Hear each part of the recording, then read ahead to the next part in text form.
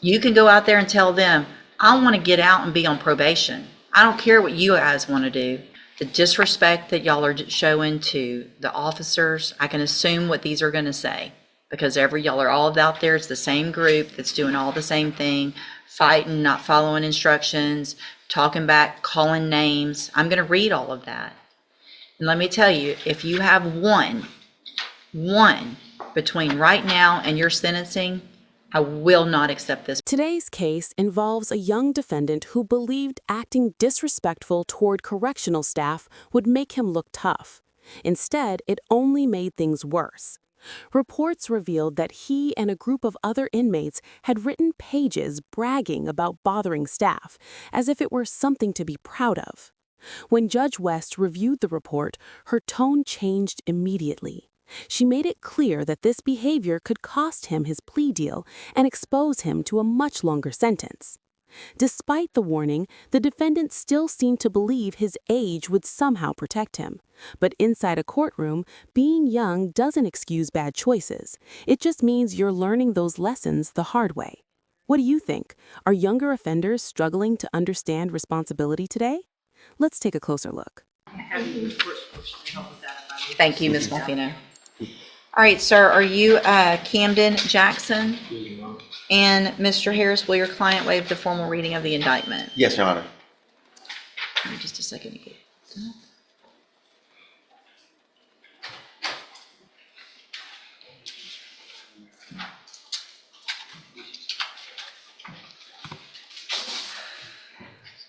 Mr. Jackson, in cause number 20, all right, y'all marked third degree on the paperwork, but the indictment says second. I just want to make sure it's marked correctly. Yes, I just looked at it sideways. Okay, so that should be second degree. Yes, Your Honor. If with everybody's permission, I'll make that change on the paperwork. Yes. Okay.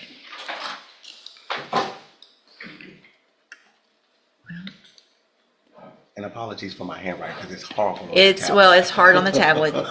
You're good. All right. So you're charged in cause number 25 DCCR 0114 with the second degree felony offense of engaging in organized criminal activity from January 10th of 2025. And how do you plead to that charge? Guilty. Are you pleading guilty freely and voluntarily? Yes, ma'am.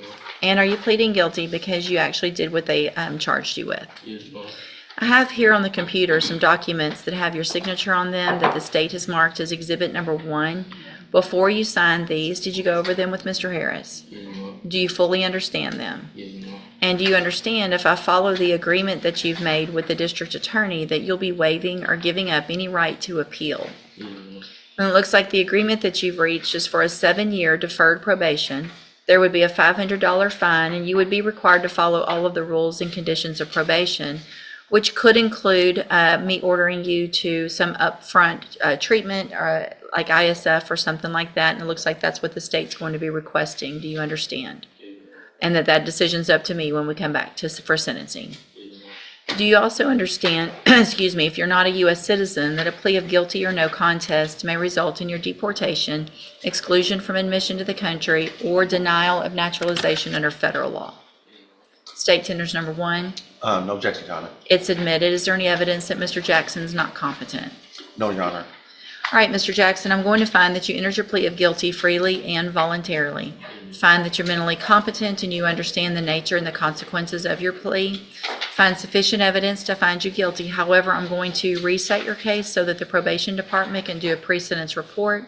That'll give me more information about you, your case, and then we'll come back later for sentencing. As the hearing continues, the defendant sits there with a blank, distant expression, almost as if he's mentally checked out. Judge West decides to pause and reconsider the case, likely because something about the situation doesn't feel right. It's surprising how often people think staying silent and showing no emotion will help their case, when it can actually raise more concerns. Sometimes a lack of reaction doesn't come across as calm, it comes across as careless. Do you think he's simply overwhelmed, or does he truly not understand the seriousness of what's happening? Let's keep watching. Before we go forward, can you look real quick, jail incident reports, and see if there's any on this one?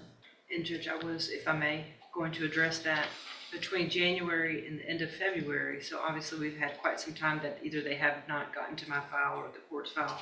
There were at least 8 pages full of write-ups. I would ask the court, Mr. Jackson committed this offense 6 days after he turned 19. It's obviously very serious. He was with the co-defendant, Mr. Bushnell, who's already entered a plea involving firearms, etc.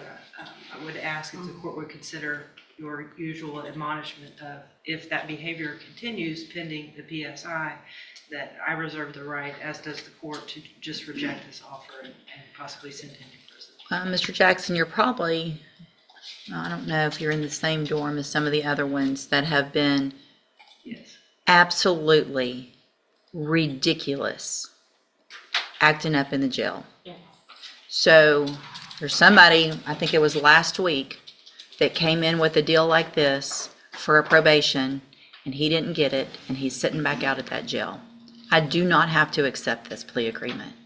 I'm going to read every single one of those jail incident reports. The disrespect that y'all are showing to the officers, I can assume what these are going to say, because y'all are all out there. It's the same group that's doing all the same thing, fighting, not following instructions, talking back, calling names. I'm going to read all of that. And let me tell you, if you have one between right now and your sentencing, I will not accept this plea agreement. I'm sick of it. The jail's sick of it. And I'm going to do whatever I can to make that place a better place for those people to go work who are out there just trying to do their job. Do you understand? One.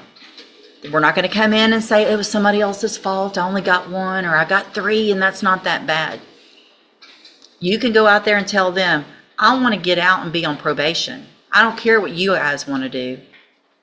I'm going to behave. If you have to sit on your bunk all day long and be quiet for the next 5 weeks, then that's what you do. Right? 5 weeks, rest of your life. What do you think? Show me you can do it, okay? All right, and go back with the bailiff. Thank you, Your Honor. Yes, sir. What really stands out is how Judge West has to speak to these 19-year-olds as if they're much younger, repeatedly reminding them to resolve issues with words instead of actions. It's hard to believe these reminders are still necessary at this stage. The judge makes it clear, if you choose to behave irresponsibly, there will be adult consequences. What's troubling is how focused the defendant seems on his image rather than his future. It's almost like he sees the courtroom as a performance instead of a turning point. And here's something many people forget. Judges are allowed to reject plea deals if they believe the defendant doesn't fully understand or respect the process. That's how someone can suddenly be facing far more time than they ever expected. So how many chances should someone get when they clearly aren't listening? Do you think he learned anything from this moment, or is this just another repeat of the same mistakes? Let me know your thoughts in the comments. Thanks for watching, and we'll see you next time.